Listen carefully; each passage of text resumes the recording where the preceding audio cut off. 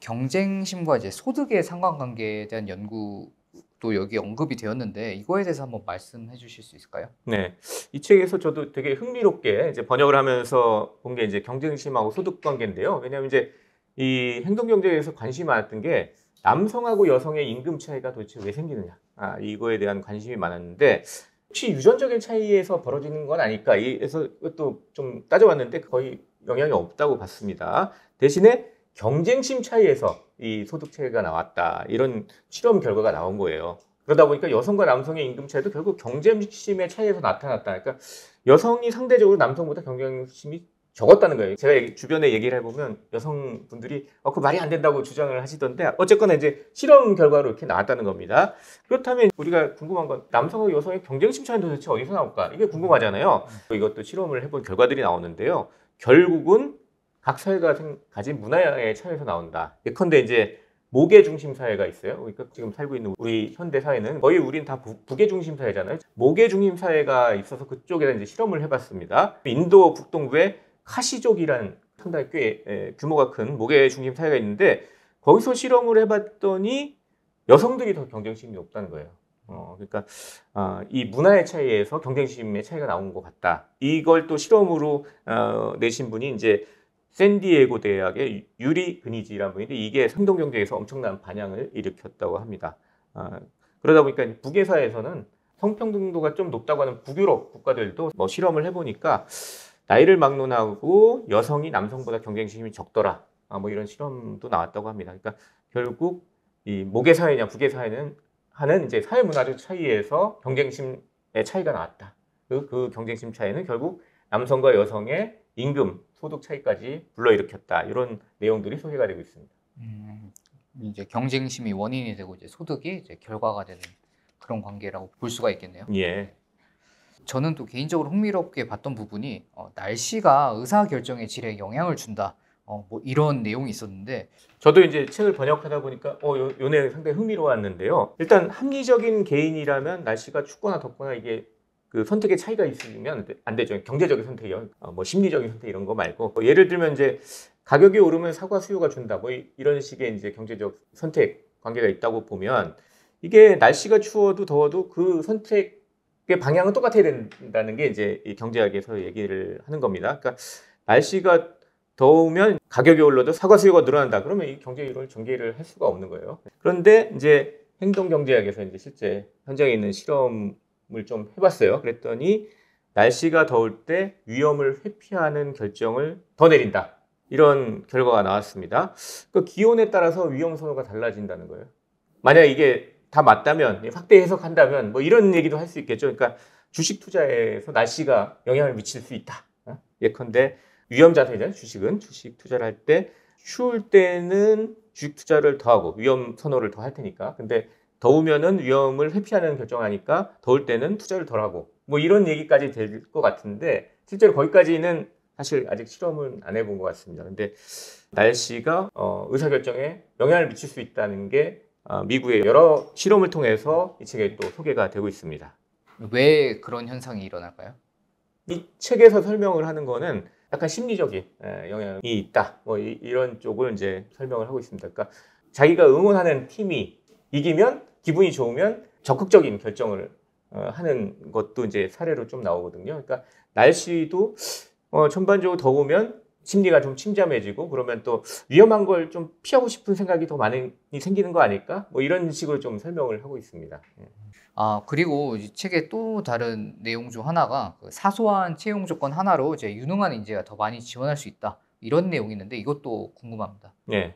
카네기 멜론 대학의 린다 베브콕 교수라는 분이 여성은 요구하지 않는다라는 책을 냈다고 하는데 그 책에서 좀 나온 얘기인데요. 이 책의 핵심 내용은 남자는 이제 새로운 일자리를 잡을 때 연봉을 적극적으로 이제 협상을 하고 여성은 그냥 고용주가 제시하는 연봉을 그대로 받아들이기 때문에 이제 여성의 연봉이 낮게 된다. 아까 얘기한 뭐 남성과 여성의 소득 차이 그걸 또 설명하는 것 중에 하나인데요. 실제로 이제 채용 공고를 좀 바꿔가면서 행동경제학적 실험을 해봤더니 어떤 일이 벌어졌냐면 이 채용 공고에서 임금을 협상할 수 있다 이렇게 명시적으로 딱 공고를 할 때 했더니 여성들이 더 많은 임금을 요구하게 되고 유능한 여성들이 이제 채용이 된다 뭐 이런 결과가 이제 나타났다고 합니다. 그러니까 조그만 뭐 공부만 바꿔도 더 많은 좋은 인재들을 뽑을 수 있다. 그러니까 작은 것만 바꿔도 유능한 인재를 채용할 수 있는 방법이 생긴다. 문구 하나로 이제 유능한 여성 인재들이 더 많이 적극적으로 이제 지원을 하게 되었다. 이렇게 볼 수가 있겠네요.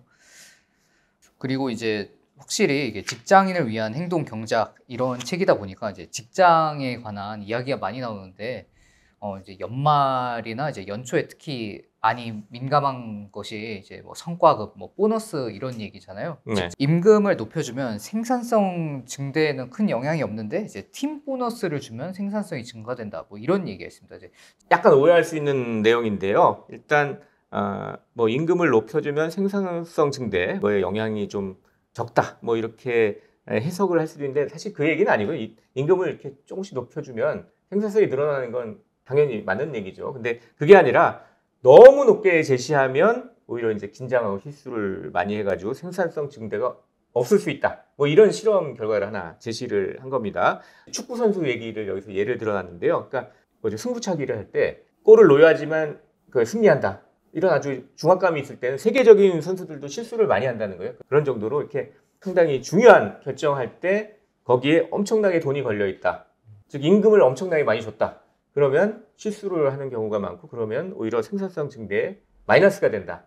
이런 내용들이 소개가 되어 있습니다. 근데 이제 또 팀 보너스 문제도 좀 자세히 보면요. 팀 보너스를 주면 이제 성과가 좋아진다는데 그것도 여기 조건이 하나 있어요. 개별적으로 성과 평가를 하기 어려운 경우에는 팀 보너스를 주는 게 이 전체 팀의 성과를 높이는데 아주 도움이 된다. 이런 내용인데요. 이 책에서 소개한 게 독일의 한 제과점 체인에 대한 분석 사례입니다. 이제 제과점 보시면 한 대여섯 명이 지점에서 일을 하게 되겠죠. 근데 각자 하는 일들이 완전히 구분이 되진 않아요. 그러니까 뭐 어떤 분은 이제 빵을 만들겠고 또 서빙을 하는 분도 있을 텐데 빵 만들다가 서빙하기도 하고 뭐 주문 받다가 다시 들어가서 뭐 이렇게 하기도 하고 한국에 있는 제과점도 마찬가지인데 그러다 보니까 개인 하나하나 이 성과를 평가하기 어려운 경우가 있다. 이런 경우에는 팀 보너스를 줬더니 그러니까 팀의 전체 매출이 올라갔을 때 보너스를 준다고 했더니 실제로 매출이 올라가더라. 성과가 좋아지더라. 이런 결과를 좀 냈다는 거예요. 예컨대 뭐 임금을 너무 높였을 때는 성과가 그다지 그렇게 나오지 않을 수도 있고 또 팀 보너스 팀으로 줬을 때 또 성과가 좋게 나올 수도 있고 뭐 이런 사례들을 좀 소개를 한 것입니다. 그 나의 보너스와 이제 동료의 보너스 간의 이제 상관관계 이건 어떻게 볼 수 있을까요? 처음 보시는 분들 오해하기 쉬울 내용인데 내가 받는 보너스가 이 동료가 받는 보너스를 깎아가지고 나를 더 주는 경우가 있을 수도 있죠. 우리나라에는 그런 경우가 거의 없는 걸로 아는데 이제 해외에는 그런 경우가 있습니다. 이걸 상대적인 뭐 임금 뭐 성과급 체계라고 이제 책에서 소개하고 있는데 그런 경우에는 문제를 좀 발생시킬 수 있다고 좀 제시를 하고 있습니다.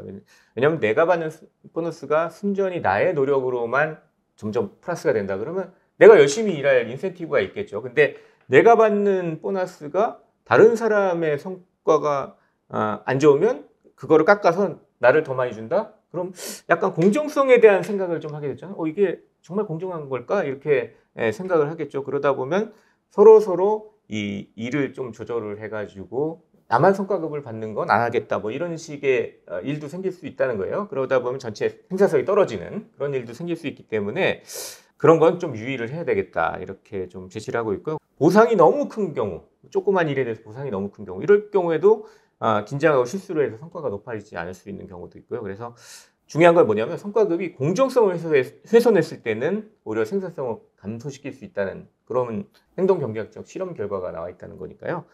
성과급을 이제 배분을 할 때는 이제 완벽하기는 어렵겠지만 그래도 최대한 이제 공정성이나 그런 기준을 그렇죠. 확보한 상태에서 해줘야 한다. 아니면 안 주는 것만큼 못하는 상황이 올 수도 있다. 약간 이런 말씀이시네요. 특히 MZ 세대라고 하죠.